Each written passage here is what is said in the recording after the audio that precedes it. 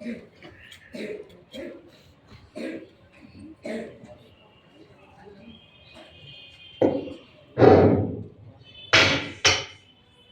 सुंदर उपदेश अभी आप भक्तों के माध्यम से सुन रहे थे।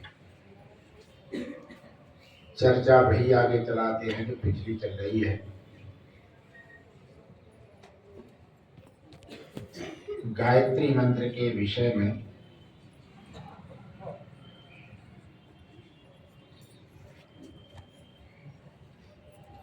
केवल नाम जपने से या केवल मंत्र जपने से कुछ नहीं होता है जब तक जीवन में आचरण ना आए।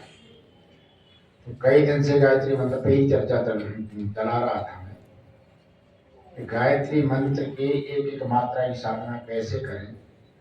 कल हमने भू के विषय में बताया था, आज भुवा के विषय में। देखिए, ऋषियों का कोई जो है मंतव्य होता है या वेद के मंत्र होते हैं,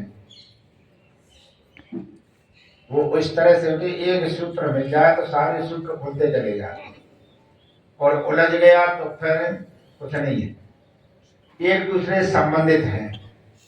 जैसे कभी खाद की बोरी खोली होगी ना, थोड़ी सी खुल जा सर पूरी खुल जाती। ऋषियों का हर एक अर्थ ऐसा ही है। बीज से सोचोगे,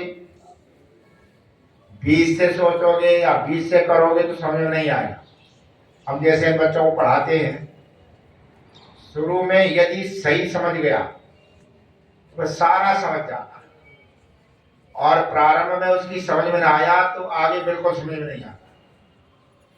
यही जो है मंत्रों के विषय में है, यही जीवन के विषय में है। जिस व्यक्ति का बाल्यकाल ठीक बन गया उसका गृहस्थ भी ठीक बन जाता है, और जिसका बाल्यकाल बिगड़ गया उसका गृहस्थ बिगड़ता है, और गृहस्थ बिगड़ गया तो वानप्रस्थ का तो सवाल ही नहीं, और संन्यास तो पहुंचेगा ही। तो ये क्रम है, ऋषि जो क्रम रख दिया, अपने क्रम को बनाए रखेंगे तो आगे रास्ता बिल्कुल सरल होता चला जाता है। जब हम प्राण स्वरूप बन जाएंगे, सबके लिए प्राण प्रिय बन जाएंगे, और उन्होंने बताया था कब, जब हम गतिशील ज्यादा रहेंगे। तो स्वाभाविक रूप से है कि जब हम प्राण स्वरूप बन जाएंगे, गतिशील रहेंगे, तो उससे क्या होता है कि हमारा मन पवित्र होना शुरू हो जाता है, और मन पवित्र हो जाता है, चिंतन पवित्र हो जाएगा, बढ़िया हो जाएगा। प्रभु के सानिध्य पर प्रभु महान है तो चिंतन भी महान हो जाएगा। जब चिंतन महान हो जाएगा तो हमने देखा है हमारे जीवन में ज्यादातर दुख जो है वो हमारे अपने पैदा किए हैं, परमात्मा की याद दिए हुए नहीं है, हमने अपने आप पैदा कर रखे। और वो दुख जितने ही पैदा होते हैं जो अपने द्वारा किए हुए, चाहे वो मतलब शारीरिक हो चाहे मानसिक हो, वो हमारी नासमझी से होते, हमारे चिंतन ठीक ना होने से होते। जब हम गायत्री मंत्र की उपासना करेंगे, ओम का जप करेंगे, अक्षर की पवित्रता बनाएंगे और गतिशील जीवन में रहेंगे, जैसी प्राण की साधना बताई है, तो दूसरा गुण हमें अपने आप आ जाता है। वो क्या है? अपान, जिसे कहा है भुवा, भोर भुवा। अपान का मतलब क्या होता है? अपान का मतलब होता है कि जैसे शरीर में है, शरीर में प्राणवायु क्या करता है? जीवन देता है। शरीर में प्राणवायु क्या करता है? जीवन देता है, सबको जीवन मिलता है। और भुवा करता है अपान। अपान वायु क्या करता है? शरीर की गंदगी निकाल के बाहर करता है। टट्टी पेशाब जो भी निकालता है, कौन निकालता है? अपान निकालता है। तो भुवा करते क्या किया उन्होंने? सारे दुखों को खींच करके बाहर करने का। परमात्मा दोनों ही काम करता है। जब आप प्राण स्वरूप बनेंगे तो आपके दुख अपने आप परमात्मा क्या है? प्राण स्वरूप है, दुख विनाशक हो जाए, तो आप ही संसार के लिए दुख विनाशक हो जाएंगे। चिंतन जब बढ़िया कब होता है? जब मैंने कहा ना गायत्री मंत्र की साधना में भू की साधना करेंगे, जब हम अपने को गतिशील बनाएंगे। गतिशील नहीं बनाते तो फिर क्या होता है? तो हमारा चिंतन बिगड़ता है। सबके लिए प्राण स्वरूप नहीं होंगे, हमारा चिंतन बिगड़ेगा।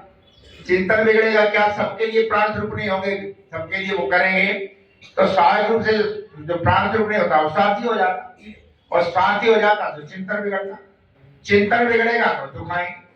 एकांत में सोचो जाकर के सारे दुख, सारी परेशानी काय की चिंतन खराब होने।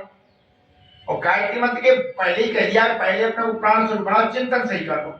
और चिंतन सही करने के लिए क्या है, सबके प्राण बन जाओ।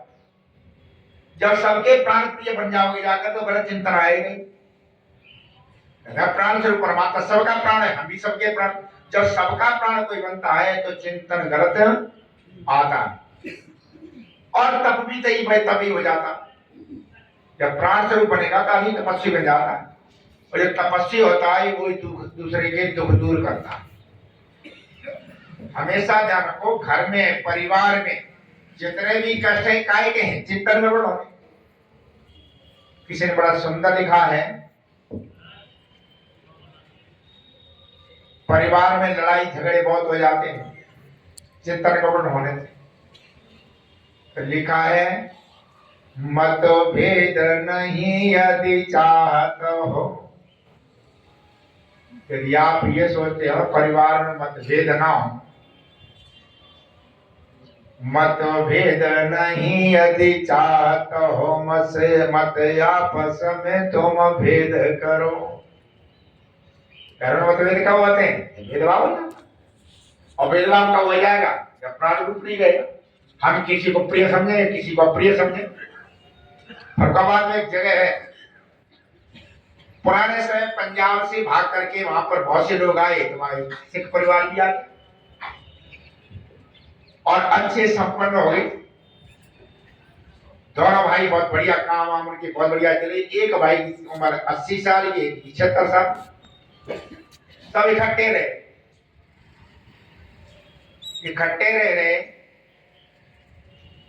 दोनों भाइयों में बड़े प्रेम। एक दिन गायत्री मंत्र की साधना से इधर हट गए। साधना से कैसे हट गए, ये जो आता ना दिवाली के बाद देवोत्थान, उस समय लोग गन्ना न लाते, तो गन्ना ले आए। पेट्रोल पंप है उनका, पेट्रोल पंप के बाद में गन्ना लेकर के आए तो बड़ा भाई गन्ना लाया। दोनों भाई के पौत्र भाग करके आए, बाबा गन्ना लाए, बाबा गन्ना लाए। अब बाबा ने गन्ना तोड़े, करनी दे कि गन्ना था, दो करने थे। तो बाबा ने तोड़ा गन्ना। गन्ना नीचे मीठा होता, सबको पता है। जब गन्ना मीठा होता नीचे, तो बाबा ने वहां पर प्राण साधना छोड़ दी। उसके लिए दोनों नाती बराबर प्रिय थे। सीधी बात यह है, जब गायत्री ने कहता सबके लिए प्राण प्रिय बनो। अब उसने सोचा तेरा नाती होता तो गन्ना वैसा, और भैया का नाती आ रहा उधर गन्ना मीठा। तो दोनों तो बालक तो समझते नहीं चीज को, जो भाग करके आए, दोनों आए तो उसने गन्ना यूं दे दिया, अपनी तरफ यूं कर दिया, यूं कर दिया।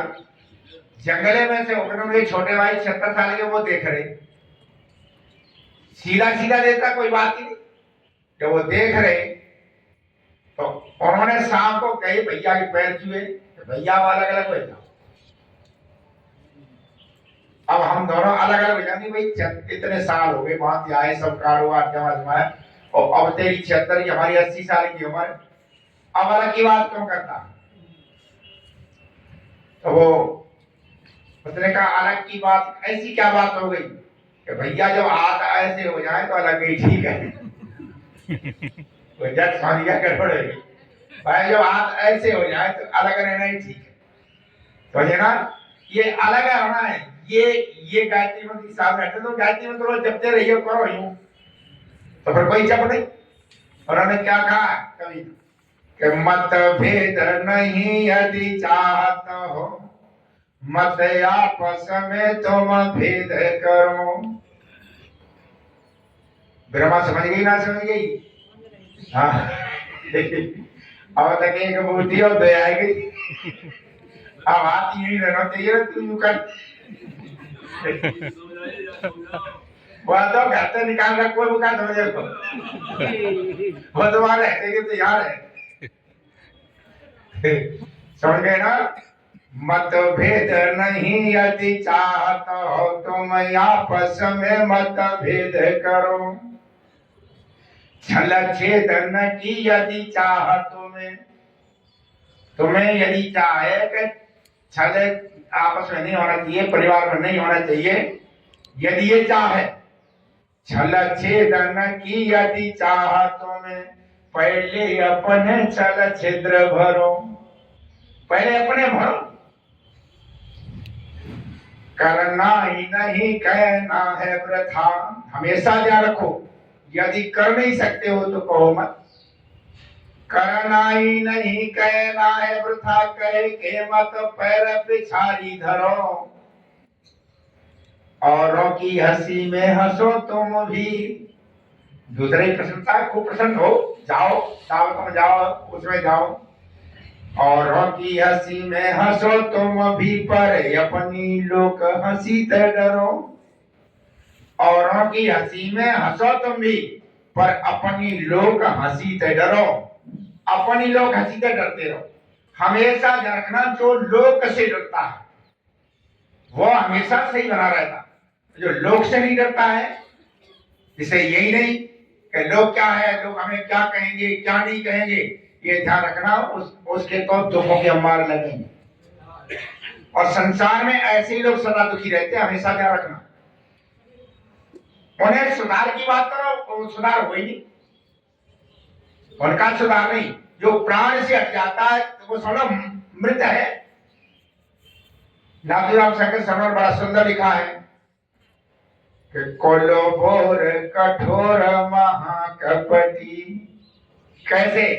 कुलबोर जानते हैं ना, कुल की मर्यादा को तोड़ने वाले, नष्ट करने वाले। कोलो भोर कठोर महाकपटी, कब कोमल कर्म कलाप करें। कलाप कहते समूह, वे अच्छे कर्मों के समूह में कभी जाते ही नहीं। कोलो भोर कठोर महाकपटी, कब कोमल कर्म कलाप करें। पशु भोज प्रचंड प्रमाद, भरे भर पेट भयानक पाप करें। ऐसे पशु प्रवृत्ति के लोग भरपेट पाप करते हुए आप सुधार ही नहीं सकते। इनसे तो वो सब चीजों से दूर है। रण रोपो लगे लड़े लगू आपस में, रण रोपो लड़े लगू आपस में, तज वैर न मेल मिलाप करें। कवि शंकर आपस में मेल मिलाप नहीं करते। कवि शंकर मूढ़ विवेक बिना, अपना गल बंधन आप करें। कवि शंकर कहते हैं मूढ़ विवेक के बगैर अपना गल बंधन अपने आप ही कर ले, अपने गले में आप ही फंदा डाल। कहीं पर भी देखो, इस संसार को नरक बनाने वाले वही लोग हैं जिन लोगों ने गायत्री मंत्र की सही साधना न करके, सबके लिए प्राण प्रिय न हो करके निरे स्वार्थ की जिंदगी जीते। चिंतन थोड़ा सा, देहाती क्षेत्र बगीचा तो बैठे तो अदालत में रोज रहते और इन्हीं केसों को देखते, क्रिमिनल का ही हो ना। केवल यही अकल नहीं है, गांव के गांव नरक बन रहे। काश ये साधना गांव तक पहुंच जाए, एक दूसरे के लिए प्राण देने की साधना पहुंच जाए, कमाल हो जाए। ऐसा बुरा हाल है, ऐसा बुरा हाल है, और ऐसे प्रमादी हैं तो उन्हें समझाना असंभव है। ऐसे प्रमादी खेत में भैंस चली गई, दूसरे ने गाली दी। अब भैंस जाएगी तो गाली पैसे ही करे, भैया भैंस चली आए, वो अपने आप करेगा। तो गाली देनी शुरू कर दी, गाली देनी जब शुरू की झगड़ा हो गया। झगड़ा होकर के थाने पहुंचे, दोनों पक्ष बैठे। झगड़ा काय हुआ कि भैंस चली गई, भैंस चली गई, फिर झगड़ा काय बात, तेने काय मारू, भैंस चली गई, जाने गाली दी हमें, गाली दी, मारपीट हो गई। अब वहीं बैठे, मान के भैंस जाएगी तो गाली देंगे, पर गाली देगा तो चुप बैठे वो, तो कोई बात है? मां थोड़ी कंकड़ी पड़ी माने कहीं दे दे ये हम खेत थी भैंस आवे तो भैंस खतना जे खेत है भैंस आए के लेके जावे माने कंकड़ी लेके हमारी ले आई गई भैंस वहीं बजो कुछ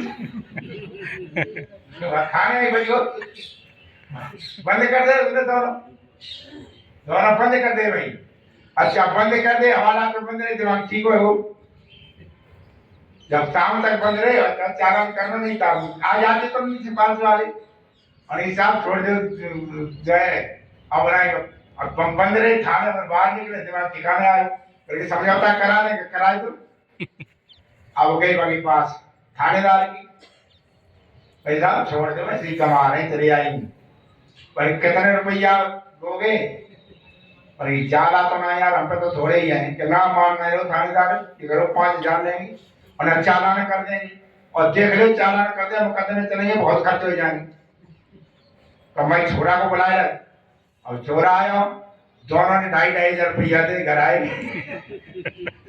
भैया खड़ी बात भैया खड़ी बात खाओ कहाँ गए खाओ कहाँ पिटलाए और आकर गए और 5,000 रुपया दे शांति से बैठ गए आकर ये दुख अब ये कहीं परमात्मा तो दुख दूर करे परमात्मा दुख दिए ध्यान रखना आपके अनजाने में आपकी बुद्धि तब जो सुख होते परमात्मा ने देखा जो तुमने पैदा किए है ना ये परमात्मा के द्वारा नहीं है तुम्हारे द्वारा तुमने पैदा की घरों परिवारों में नरक बन रहे पूजा पाठ भी चल रहे ऐसा नहीं पूजा पाठ कर ले लेकिन जहां पर गायत्री मंत्र के सही उपासक हैं एक दूसरे के लिए समर्पण जाते उनके मन में दूसरे के दुखों को दूर करने की तड़प पैदा हो जाती है और ये तड़प परमात्मा पैदा कर देता वो दूसरे के दुख देख नहीं सकते और जब ये आता क्यों है तो प्राण स्वरूप बन चुका जब दुख नहीं देखेगा तो फिर क्या यही भवा हो गया परमात्मा यही करता परमात्मा क्या है दुख विनाशक है वो सबके दुख दूर करने के लिए तैयार आप कभी देखो अनायास आपसे कोई बुद्धि अपना हो जाता है वो हो जाते परमात्मा रास्ता दिखाता परमात्मा अच्छा परमात्मा दुख दूर करने वाला दुख विनाशक न होता कि कितनी औषधियां बनाई कितनी औषधियां ये काय के लिए आपके दुख दूर करने के लिए आपसे गलतियां होती हैं आप फंसते हैं दुख दूर करता 2 साल पहले मुझे टाइफाइड हो गया मैं सब जगह दिखाया टाइफाइड न जाए अरे वकील साहब ले ले कभी घूमे बर्मा जी घूमे गालियाबाद भरतपुर सब जगह दिखाया पर टाइफाइड 6-7 महीने हो गए रोज आ जाए सब तरह की दवाई कर ली कमजोर हो गए बहुत हमारे शर्मा जी नाराज हुए बहुत दरबार के सब दुनिया में नहीं ब्रह्मचारी कृपाचार्य को मारी दोगे यहाँ नहीं मेदांता ले जाओ अच्छा अस्पताल जाने से मैं बहुत डरता हूँ और मैं रोज टाल दूं कल देख लेंगे इसकी दवाई और देखें उसकी दवाई और धरवाई ने कहा कुछ नहीं है कल ले आओ उसी दिन वो अगर आला तो भगवान जी का है जो कैसे परमात्मा काटता है तो आया ना कि गुरु जी बहुत कमजोर हो रहे हम तो ब्याह शादी में लगे रहे हम तो कई महीने से आए ना कल हमने सुनी गुरु जी तो बहुत बीमार दिक्कत क्या बुखार नहीं उतरता क्या हमारे यहाँ हम देते रहे कई पीढ़ी दवाई खाए हो तो उतर जाए सर ले आ स्वामी रामदेव क्या जो आए बालकृष्ण भी दवाई ले रही तो उतर रहना वो ले आओ जाकर मोटरसाइकिल से गुरुकुल में चला गया हमारे वहां पत्ता ले आके पीस के पानी में दे दिए देखा शाम को तेज बुखार आओ तो समझो दवाई सही लग गई फिर नहीं आवेगा शाम को तेज बुखार वास्तव में आ गया दवाई ऐसी लगी फिर 8 दिन तक बुखार आया ही अच्छा ये तो किसने काटी वही ले आया है ना उसी ने दवाई बनाई है तो काटने के लिए वही महाभारत में आता है विष्णुपितामह कहते हैं परमात्मा जब व्यक्ति का सहयोग करता है तो साक्षात नहीं आता है वो ऐसे दिव्य गुण वाले पुरुषों को भेज देता है जिन्हें जानकारी होती वो अपने आप आपके सहयोग करेंगे आकर आगे आ जाकर के दुख कट गई ऐसे काटता है कभी कभी मालूम पड़ता है कि कैसे हमारे यहाँ ब्रह्मचारी रहता था वो दक्षिण का था वो अचानक घर से भाग करके आया, उसका भाई ब्रिगेडियर वो यहाँ आ गया, यहाँ रहता रहा 5-7 महीने, स्टडी करता रहा। एक दिन उसे देखना ही बंद हो गया, अंधा हो गया। तो अंधा हो गया तब उसने हमें फोन नंबर दिए, गुरु जी ये नंबर है और ऐसे से। मैंने उसके भाई को सूचना दी, तो अच्छा संपन्न परिवार था, तो रातों रात गाड़ी लेकर के आ गए। और गाड़ी लेकर के आए, घूमते रहे, ले गए उसे कई जगह दिखाया, साल भर परेशान रहे, बम्बई दिखा, यहाँ दिखा, डॉक्टरों दिखा, ठीक ना हो। पर किसी ने कहा कि अलवर में एक डॉक्टर बहुत बढ़िया, वहां था। और वो यहाँ से अलवर के लिए चले हमसे मिल करके, और रास्ते में ब्रह्मचारी ने कहा कि हम पेशाब लगेंगे। सामने वहां मंदिर था, उन्होंने कहा हैंडपंप से हाथ भी धुलवा देंगे, वो पेशाब के लिए कर गया, हाथ से पकड़ के ले गए, यहाँ कर ले। वहां एक साधु बैठा हुआ, और ये आंखें से खूब खुली है, बढ़िया। देख क्यों रहे हो? देखना है, मुझे दिखाना। तो देख करके उसने कहा क्या इसे कभी सांप ने काटा?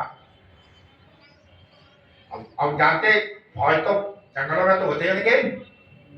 उसके भाई ने कहा हाँ मुझे ध्यान है, इसको काटा था एक बार, इलाज करा दिया तो उसको सांप ने काटा। नहीं सांप ने काटा, इसे कितना इलाज करा लो, ये ठीक ना होगा, और मैं कर दूंगा इसको ठीक। और ये महाराज कर दो, बड़ा धन्यवाद आपका, मैं तो बहुत परेशान हो गया हूँ, कई लाख रुपया फूंक चुका हूँ। मैंने कहा यहाँ थैला से निकाला सुरमा, एक आप बहुत तेज लगेगा, झटपट आ जाएगा, लेकिन घबराना नहीं। सुरमा लगाया, बहुत तेज लगा। कहते भाई बैठे रहे 5-7 मिनट, आंख बंद करके, आंसू टपकते रहे खूब। उसके बाद में जब उस महात्मा ने कहा वो खोल दे, तो आंखें खोली तो सारी दुनिया दिखाई देगी। क्या बोला? जैसे ही आंख खोली, कहते आचार्य जी मुझे ये मालूम पड़ा कि साक्षात स्वर्ग में आ गए, तो साल भर तो दुनिया देखी ना, हमने कल्पना नहीं की ऐसे। कहते सारी दुनिया फटाटे दिखाई दी। कहते मैं उसके पैरों पर पड़ा के महाराज थोड़ी जिंदगी बचाई दी भाई। उसके भाई ने उसे पैसे देने की कोशिश करी, उसने पैसे लिए नहीं, साधु ना पैसे लिए हम नहीं देते। नहीं महाराज ना तुमको वासना ही ना, दवाई देते रहियो, पैसा ले लो ना, पर यहाँ कोई पैसा इसलिए बच दीजिए। लेकिन कहते बातों ने करी, थैला टांग के चल दिया।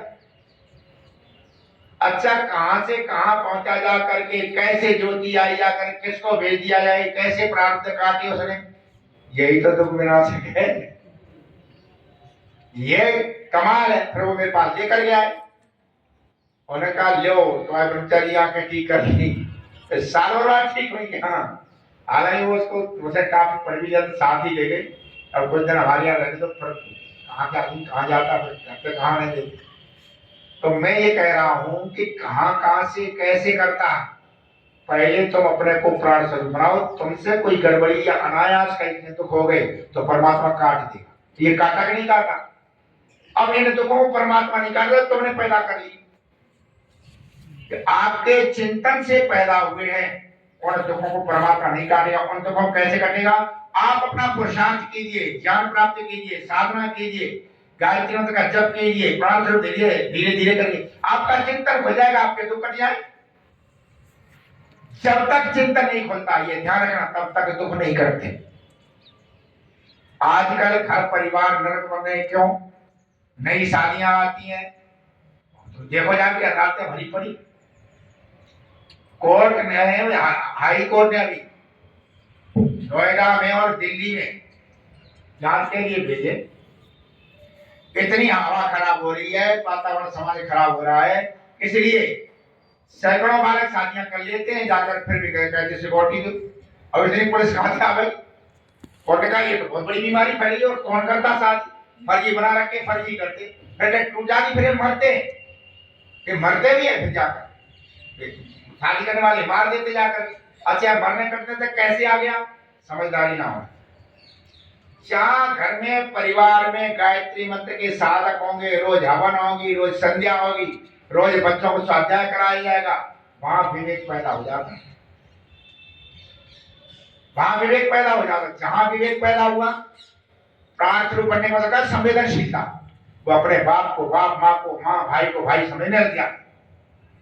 पर वो उन्हें दुख में डालते नहीं है। वो बच्चे भी क्या बन जाते, परमात्मा की तरह दुख विनाशक। और जहां संस्कार नहीं दिए जाते वहां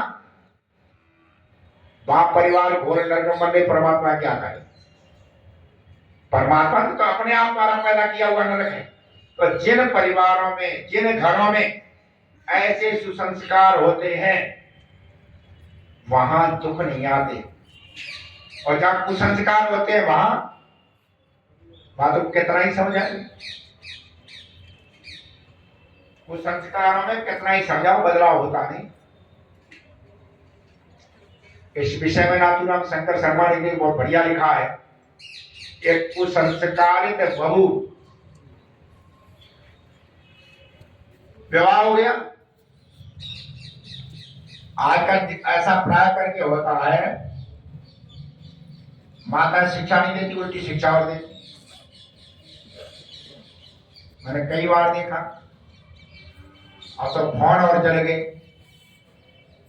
यहीं पे शिक्षा देती रहती फोन पर, 15 लाख रुपया खर्च करे, ये करे वो करे, नौकरानी बन के मत रहियो, यूं मत रहियो, कोई ये कह दो 400 नहीं हो, हम ऐसी कर दोगे क्या करेंगे, तो ये तो करने पैदा किया तुमने किया। और कुछ संस्कारित जब चली जाती है तो उन्होंने चित्रण किया, कुछ संस्कारित लड़की चली गई घर में,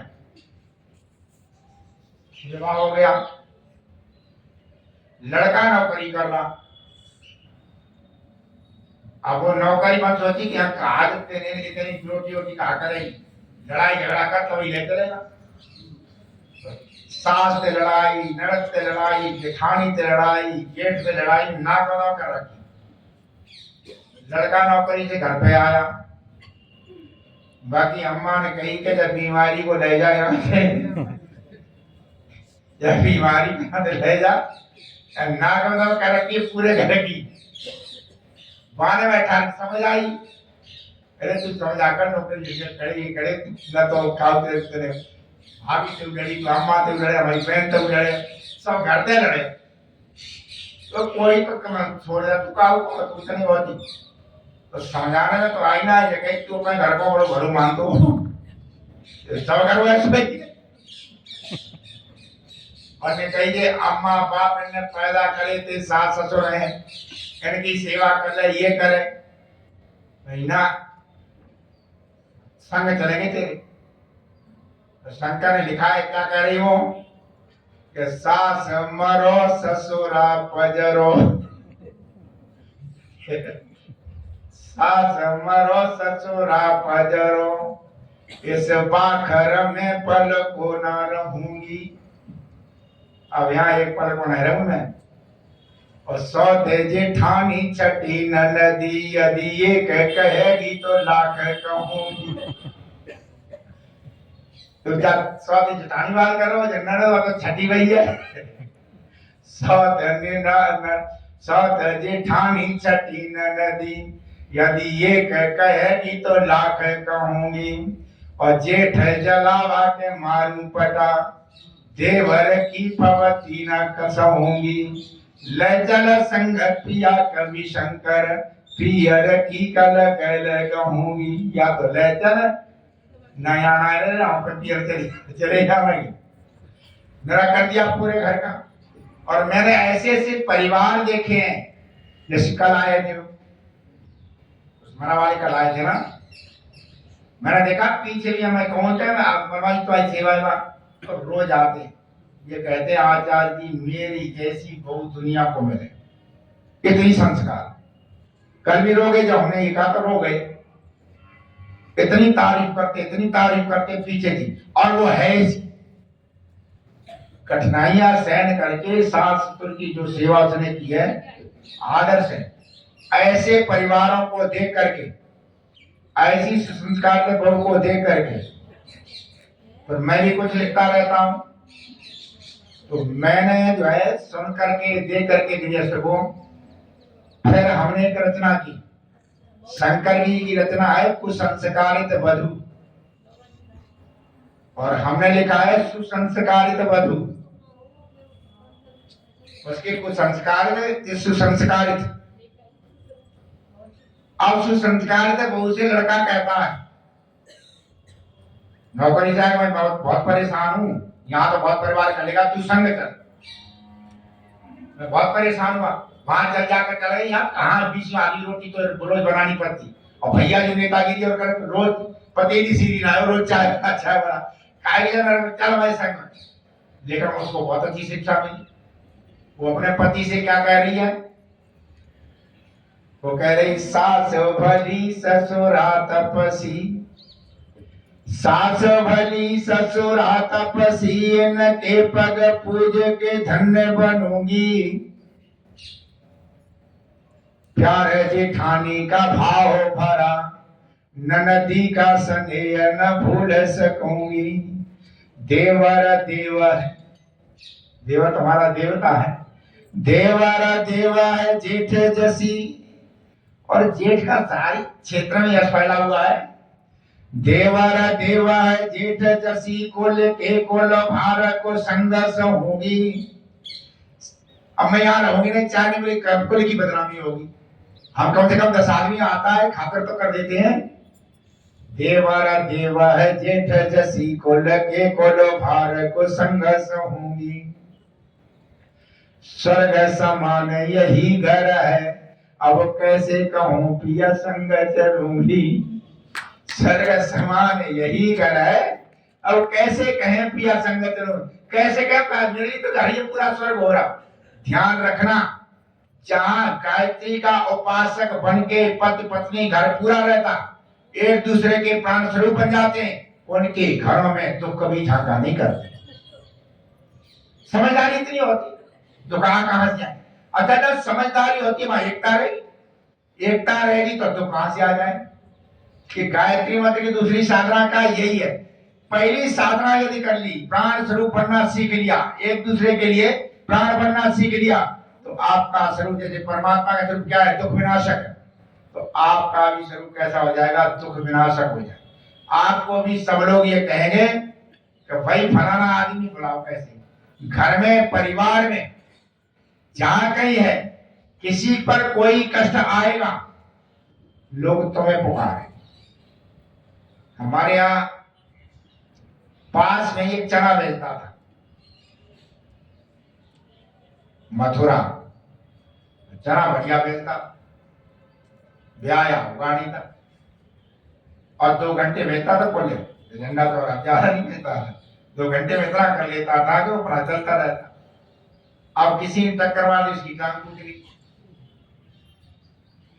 और टांग टूट गई, चना बेचने का तो रहा नहीं, तो चौराहे पर बैठा रो रहा।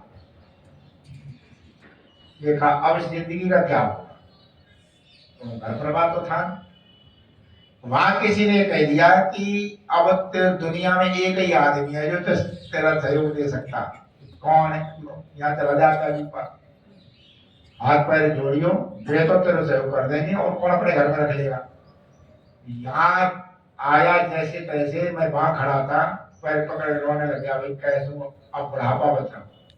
मतलब क्या बात है, दिखाई अब दवाई थी नहीं, जुड़ेगी बेचारी।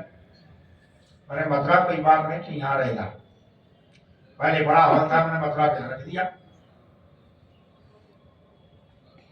यहाँ एक बेचारी आकाश था, इसका एक और भाई था, वो यहाँ रहता था। मैंने उस दिन कहा कि बेटे यही साधना सबसे बढ़िया है, गायत्री जब से क्या होता है, तो बहुत दूर पर। पर उस ब्रह्मचारी ने इतनी सेवा करी, इतनी कोई अपने सगे बाबा की नहीं करे। जब कोई कष्ट होता था तो वो ब्रह्मचारी का ही नाम लेता, कष्ट रात में हुए तो उसका नाम ही पुकारता, और उसका नाम लिया क्या मुझे पता चला, तुरंत चला आता। जाते जाते वो पता नहीं कितने आशीर्वाद देता रहा। अच्छा, ये कभी भी उसने घिन महसूस नहीं की, कभी भी नहीं, कभी भी नहीं। टट्टी हो गई, टट्टी डाली, पेशाब डाली, सब डाली, अच्छा कोई संबंध नहीं था, कोई संबंध नहीं था, सब डाला। अच्छा, ये साधना न होती गायत्री मंत्र की, काय दूसरे अपने की तो करना नहीं, दूसरे कौन कर देगा। आदमी पक्की बात है, यदि गायत्री का पहला क्या है, प्राण स्वरूप यदि है वो, तो दुख विनाशक अपने आप हो जाएगा। अच्छा, उसके जीवन में हमेशा ध्यान रखना, आपके जीवन में यदि जीवन मिला है, जब जीवन मिला है तो दुख तो आएंगे, जीवन मिला दुख आएंगे, बिना दुखों के आप रह ही नहीं सकते। अच्छा, आपको आप पात्र उतराई है दुखों को झेलने का, तो ऐसा क्यों ना कर लो कि दुख जब आने ही है तो दुनिया के दुख अपने ऊपर ले लो, तो अपने दुख को कोई जगह कहां रहेगी। दुनिया के दुख जब अपने ऊपर ले लोगे तो अपने दुखों को जगह कहां, बात तो उतना ही है, भर लिया हमने दूसरों के। अच्छा, दूसरों के दुख दुखी नहीं करते, दूसरों के दुखों को दूर करने में आनंद आता है, कष्ट सहने में। तब कहते हैं अपने दुख परेशान करते, अपने परेशान करते, दूसरे को परेशान नहीं करते। अन्य कष्ट अपने ऊपर ले लो ना, और जब अन्य कष्ट अपने ऊपर ले लोगे, ये ध्यान रखना, जो दूसरों के कष्टों को अपने ऊपर ले लेता है, परमात्मा का सही वक्त वही होता। समझ गए ना? परमात्मा का सही वक्त वही बन सकता है। परमात्मा के भक्त के लिए कहा गया ब्रह्मचारी। ब्रह्मचारी कौन होता है? जो ब्रह्म को चरता है। अब तुम कहते रहो ओम का जाप कर ले, ये जाप कर ले, ये जाप कर ले। अच्छा, आदमी चरेगा क्यों, खाएगा क्यों जब भूख होगी? बिना भूखे तो कोई करेगा नहीं। पहले भूख पैदा करो, ब्रह्म की भूख पैदा करो। आपको भूख नहीं है, आप कभी भी आप कहते रहिए, बनावटी बैठे रहिए, गायत्री मंत्र जब करते रहिए, और दुनिया कर रहे, भक्ति अपनी दुनिया करते रहते। लेकिन ये ध्यान रखो, जब तक ब्रह्म की भूख पैदा नहीं, तब तक ब्रह्मचारी बनेगा नहीं, और ब्रह्मचारी नहीं बनेगा तब तक ब्रह्म मिलेगा नहीं। भाई, ब्रह्म का चरना ही तो ब्रह्मचारी है। ब्रह्म को चरो। अच्छा, ब्रह्म को चरोगे तब जब ब्रह्म की भूख हो। और भूख के लक्षण क्या? भूख के लक्षण ये होते हैं कि भूख का लक्षण है तो पैदा होना। आप कहीं से भी आए प्यासे, तो जब आएंगे तो क्या कहेंगे? भाई पहले पानी पिया।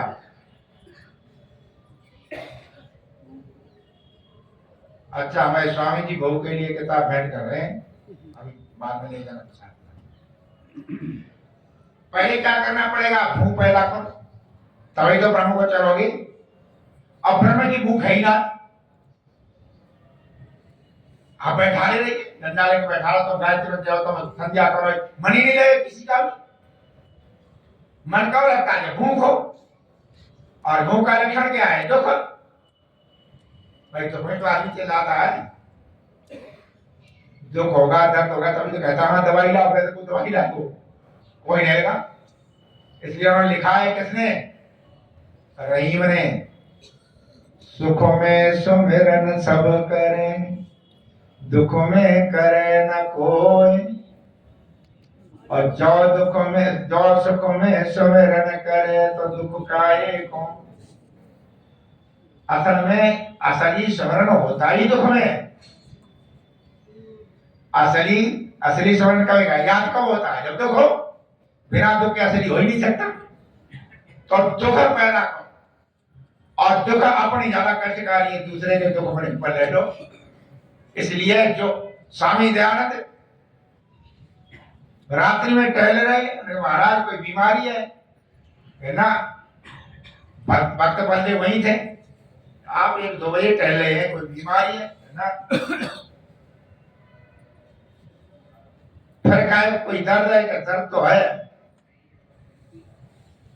वैद्य बुलाऊं? वैद्य के पास वाजी बोले दर्द ना है, जाकी दवा ना है।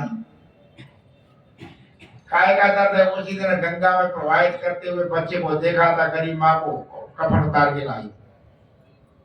तो स्वामी जी बेचैन हो गए, और यही दुख स्वामी जी को प्रभु का स्मरण कराता। यही दुख स्वामी चैन से नहीं बैठते, इसी दुख के कारण।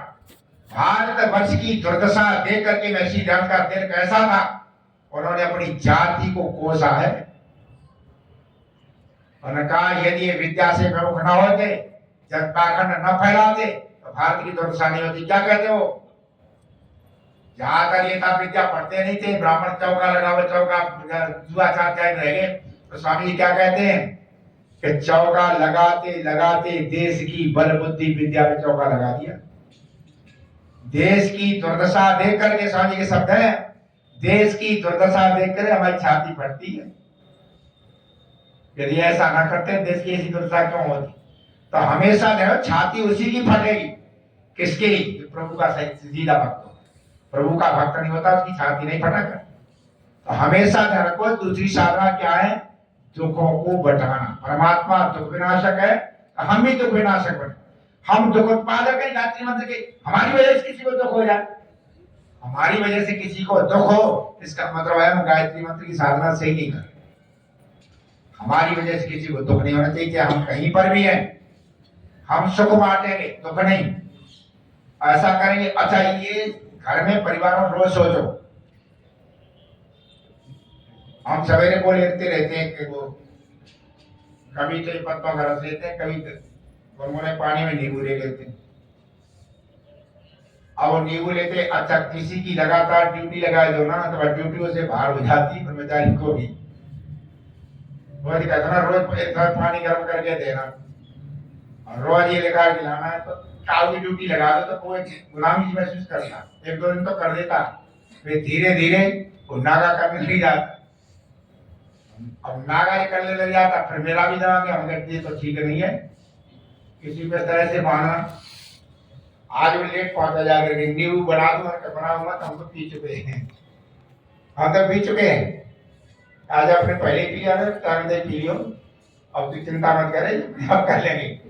हमारी वजह से यदि कोई कष्ट होता है या किसी को जरा भी होता है, वो ठीक नहीं, हम ठीक है भाई, भले ही वो से कर रहा था, हम ठीक है, इस काम को कर सकते हैं, तो अब दूसरे पर नहीं डालेंगे। चाहे भले ही कोई करता रहा, जिसको हम नहीं कर सकते उसको भले ही डाल दें। जैसे मानो कोई पानी नहीं गर्म करना, हम पाकिस्तान नहीं जाते, तो वो तो मजबूरी है भाई, पानी गर्म करके ला। लेकिन और काम हम कर सकते हैं, उसको क्यों नहीं करेंगे?